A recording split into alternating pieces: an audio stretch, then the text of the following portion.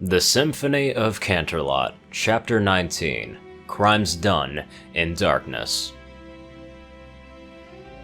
4th month, Day 4, 1:55 p.m. Lunar Diararch Bedroom, Canterlot Castle. Yes, I remember that. I just finished reading the poem that my only knight at the time had written to me, accompanied by a glass vase with clear water filled with white lilies, all laid on top of a small table near the entrance to my chambers. And yes, while I had not knighted him, I felt like he was my old knight. It had been over a millennium at that point since any stallion, nay, any pony at all, had given me white lilies.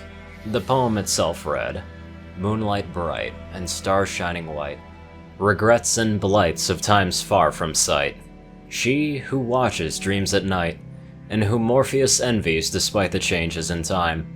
Eyes of turquoise and stars in the main, like the void beyond the plains. I miss thee like the tides miss thee, and I feel as though I am at bliss with thee. Like the lilies at night reflecting the moonlight, thy beauty is as radiant as it is sublime.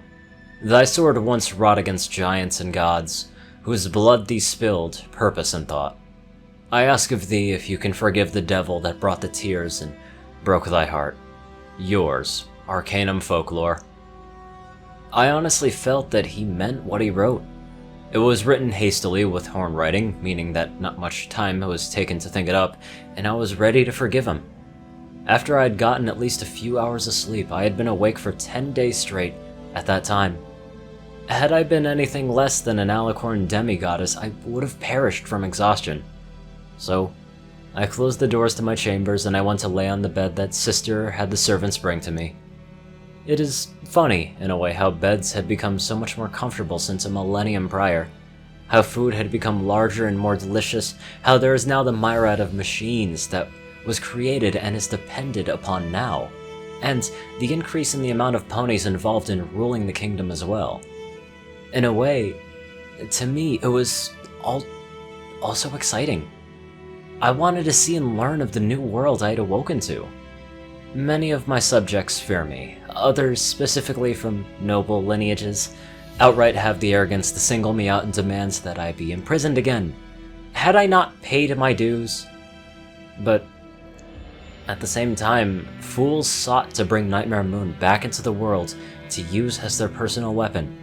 The Nightmare did not submit and happily slaughtered those that hadn't been sacrificed to form her new body. Exempting one, a sorcerer by the name of Arpeggio Philharmonic, once a great maker of music.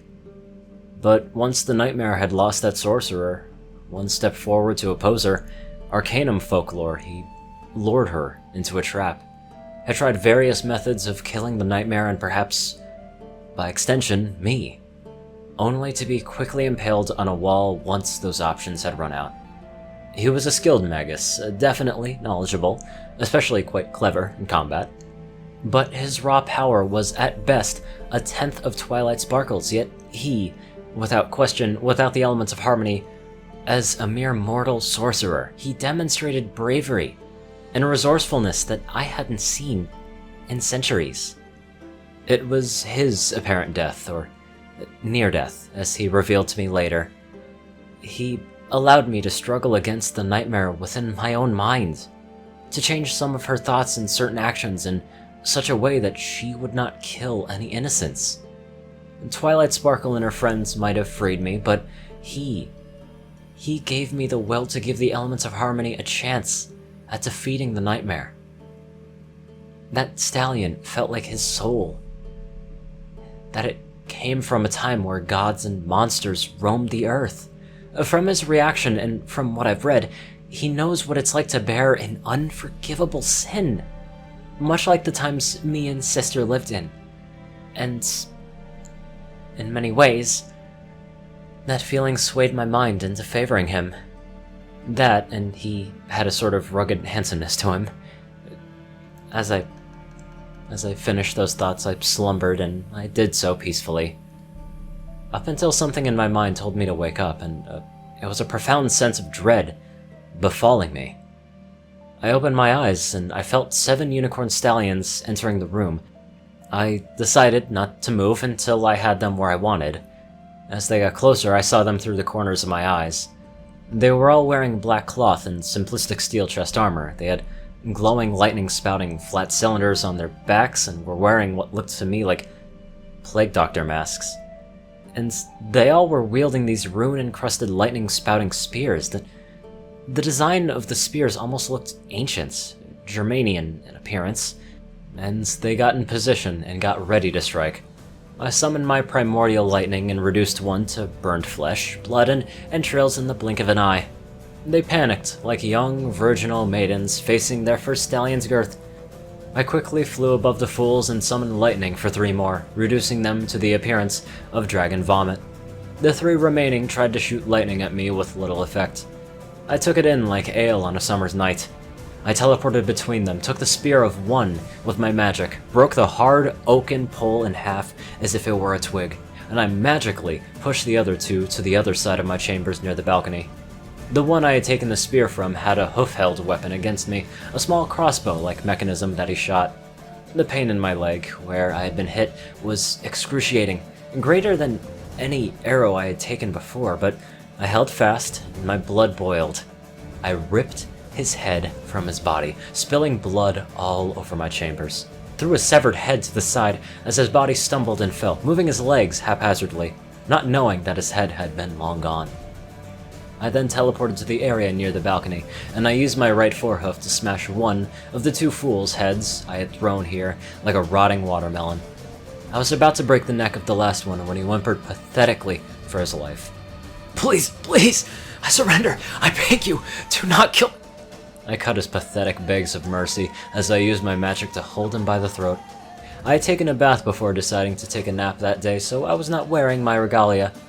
My body was bare and naked to the world, mostly covered with the blood of my slain foes, and my chambers were ruined, along with my bed, as they were covered with the blood and entrails of the fools that dared try to assassinate me. The first attempt on my life in 1,000 years. I threw the last fool on the bed and broke both of his lower legs. He screamed in blood-curdling agony. I got to his face, my eyes glowing with my wrathful intent. Then I yelled at him, a command that he could not refuse. "Speak to us all that thou knowest, thy bastard offspring of a beaten whore!" At that moment, the dual doors to my chambers were hastily opened. 3 Pegasi royal guards looked upon my chambers and looked upon me with absolute fear in their eyes, completely breaking the royal guard's tradition of controlling one's facial features. One of them even trotted out of the room and expelled the contents of his stomach. I looked at the table with the white lilies and I calmed down a bit. At least the lilies were intact. And at that moment, I knew that I needed to fetch folklore as soon as I was done dealing with the fool before me. Before ending off the video here, I want to give a big thank you to my very generous donators. Yoshi Super Saiyan 2, Peter Coulthard, Nicholas Springthorpe, Dospo, David D. Sanchez, Dwight Cornell, Gaggy, Starlight Glimmer, Trey, Pokekiller Zach, Soul Dragon, Dak Britton, and Joe Piercy. Thank you all very much for watching this video, and I will see you all in the next one.